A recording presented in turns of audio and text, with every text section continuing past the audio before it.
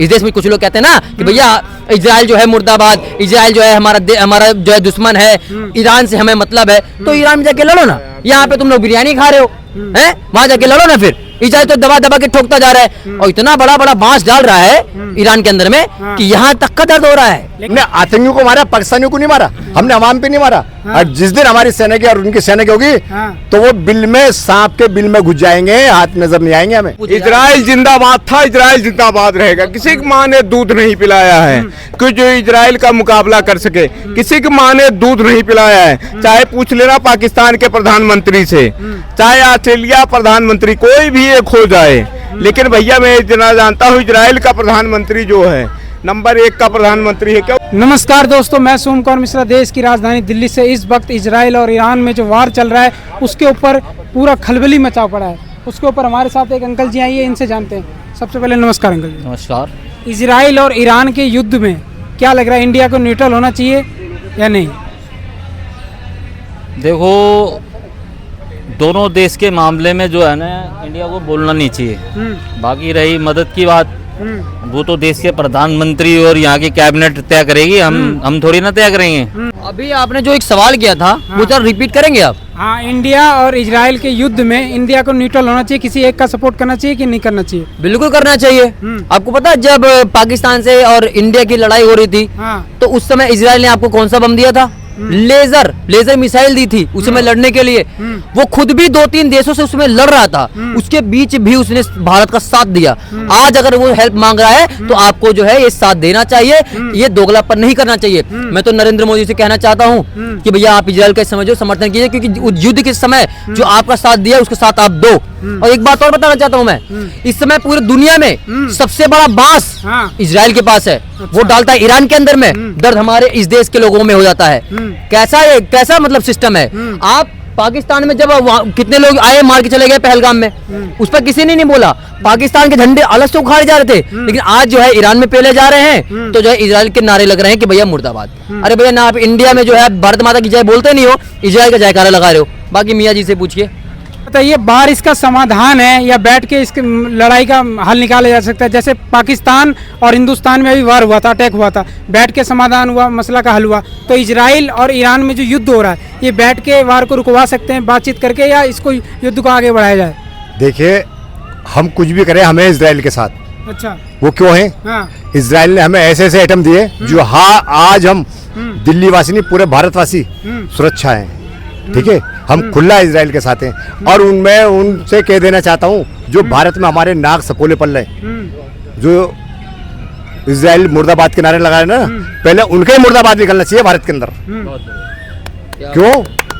वो हमारे देश का बात है, वो हमारे देश का खा रहे हैं, हमारे देश का पानी पी रहे हैं और हमसे ही राजनीति दोगली कर रहे हैं। या तो वो वहीं चले जाए ना, जिस देश में जिसके समर्थन करते हैं वो वहां चले जाए, हमारे देश छोड़ देना। हम असली देशवासी हैं, भारत देशवासी। ये हिंदू मुस्लिम का देश नहीं है, सबसे पहले हिंदुस्तान है। अगर इजराइल ने हमला कर दिया तो देश में सांप्रदायिक तनाव जैसे हिंसा नहीं बढ़ेगा, सांप्रदायिक नहीं होगा? देखो, करना चाहिए इजराइल को हमला, घर में घुस के मारना चाहिए। हम नहीं डरते, हम किसी को छेड़ते नहीं, और कोई हमें छेड़ता है तो हम उसे छोड़ते नहीं। वाह, हम किसी को छेड़ते नहीं, कोई हमें छेड़ दे तो हम छोड़ते नहीं। हम घर में घुस के मारते हैं। देखा, अभी पाकिस्तान दुश्मन का देश, हमने आतंकी 9 अड्डे खत्म कर दिए। हमने आतंकियों को मारा, पाकिस्तानियों को नहीं मारा, हमने अवाम पे नहीं मारा। और जिस दिन हमारी सेना की और उनकी सेना की होगी तो वो बिल में, सांप के बिल में घुस जाएंगे, हाथ नजर नहीं आएंगे हमें। देखिए मियाँ जी की बात बताइए, आप यहाँ पर इजराइल को सपोर्ट कर रहे हैं, लेकिन कुछ लोग सुन लीजिए, कुछ लोग ईरान का सपोर्ट कर रहे हैं। फिर आपको कुछ लोग गाली भी दे देंगे कि आप ईरान का सपोर्ट क्यों कर, वहाँ तो आपके भाई लोग रहते हैं, ऐसा बोलेंगे। भाई से मतलब नहीं रखता, मैं अपने देश से मतलब रखता हूँ। भाई नहीं मानते अपना? मैं क्यों मानूंगा भाई? आप सुनो, भाई साहब एक मिनट, अगर आप भी ईरान के साथ आएंगे ना तो आप भी मेरे दुश्मन है। बस सही बात है, मैं तो इजराइल के साथ हमेशा था, हूँ और रहूंगा भी, क्योंकि हमारा दोस्त है वो। लेकिन कुछ लोग इंडिया में रह करके ईरान के प्रति संवेदना रखते हैं। देखिए, आपने 10 तारीख जो गई पहले, कौन सी 10 तारीख? 10 तारीख जो गई लड़ाई के समय की, पाकिस्तान का टारगेट दिल्ली पे था। जब एक टारगेट करता, 2 टारगेट करता, पता किसने रोका? जो इजराइल ने हमें सामान दिया, हमने उसके फोड़ मारे हैं बॉर्डर पे। आज हम सारे सुरक्षित है ना? ठीक है ना भाइयों? ठीक है ना? बोलो ना, ठीक है ना? सब हम दिल्ली वासी है तो हम इजराइल के साथ है सब। हम सब इजराइल के साथ है। और जो इजराइल मुर्दाबाद के नारे मारता है ना, सालों को उन्हें पहले ठोको, उन्हें ठोकना चाहिए। क्या वो गद्दार हैं क्या आपके गद्दार हिसाब है। से? आपके साथ गद्दार है भाई, वो देश के भी गद्दार, हमारे भी गद्दार। उन लोगों ने हमें भी बदनाम कर रखा और भारत को भी बदनाम कर रखा। कहाँ से भैया? देखिए पता, एक मिनट संगल हो जाए। देखिए इस समय इजराइल सबसे ज्यादा टेक्नोलॉजी बहुत पावरफुल है, सबसे ज्यादा पावरफुल है। 80 लाख का देश है, सिर्फ 80 लाख पब्लिक वहां पे रहती है। लेकिन आज 3-3, 4-4 देशों से लड़ने के अकेले उसमें पावर है।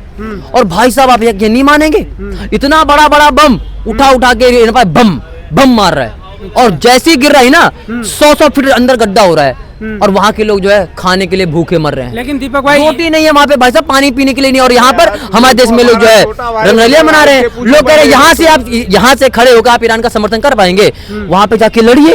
अगर इजराइल आपका दुश्मन है, इस देश में कुछ लोग कहते हैं ना कि भैया इजराइल जो है मुर्दाबाद, इजराइल जो है हमारा जो है दुश्मन है, ईरान से हमें मतलब है, तो ईरान में जाके लड़ो ना। यहाँ पे तुम लोग बिरयानी खा रहे हो, हैं? वहाँ जाके लड़ो ना फिर। इजराइल तो दबा दबा के ठोकता जा रहा है, और इतना बड़ा बड़ा बांस डाल रहा है ईरान के अंदर में कि यहाँ तक का दर्द हो रहा है। लेकिन ईरान की जनसंख्या कहीं ना कहीं ज्यादा है ना? ईरान का जनसंख्या ज्यादा है। इजराइल में पढ़े लिखे लोग हैं, ईरान के अंदर आतंकवादी हैं। आतंकवादी बात समझते क्या होता है? पढ़ा लिखा आदमी आतंकवादी नहीं बनता है, वो इंजीनियर बनता है, वो पायलट बनता है, वो डॉक्टर बनता है, वो अलग लेवल पे वो राजनीति में जाता है। और ईरान के अंदर में सारे कौन है? आतंकवादी हैं। आतंकवादी हैं सारे आतंकवादी कहाँ पर? ईरान में। इजराइल वहाँ पर क्या बोलते हैं उसको, ईरान में तो है गाजा, हमास, फिलिस्तीन, तुर्की, सब के सब आतंकवादी हैं। आप एक बात बताइए मुझे, सऊदी अरब है कौन सा देश है? इस्लामिक कंट्री है। आपने कभी सुना वहाँ पे पत्थरबाजी हुई हो? आप बताइए, सुना आपने? नहीं सुने। वहाँ पे आपने सुना हो कि कहीं पे दूसरे देश का आपने नारा लगाया हो, किसी ने नहीं हुआ? या किसी ने धार्मिक नारा लगा के कोई इधर उधर फोड़ दिया बम, कभी हुआ? नहीं हुआ। क्यों? क्योंकि वहाँ पे पढ़े लिखे लोग हैं, वो कभी ये सब चीजें नहीं करते हैं। हमारे देश में ये सब चीजें होती है। आप गाजा में चले जाइए, हमास में, फिलिस्तीन में, और वहाँ पे ईरान में चले जाइए, सब आतंकवादी हैं। इसलिए आज पूरे विश्व में जो सबसे ज्यादा जो बदनाम है वो कौन है? ईरान वाले हैं। तो इनका इलाज क्या है? ये कैसे शांत होंगे? वही है इलाज। पढ़ो लिखो, पढ़ाई लिखाई करो, विश्व में अपना नाम आगे करो भाई साहब। अब एक बात बताइए, एक मिनट अंकल, सऊदी अरब के अंदर में इतने सारे शेख हैं, मैं उनका समर्थन करता हूँ। मैं सभी शेखों का सम्मान करता हूँ। सम्मान इसलिए करता हूँ क्योंकि वो कभी भी किसी का गलत नहीं चाहते।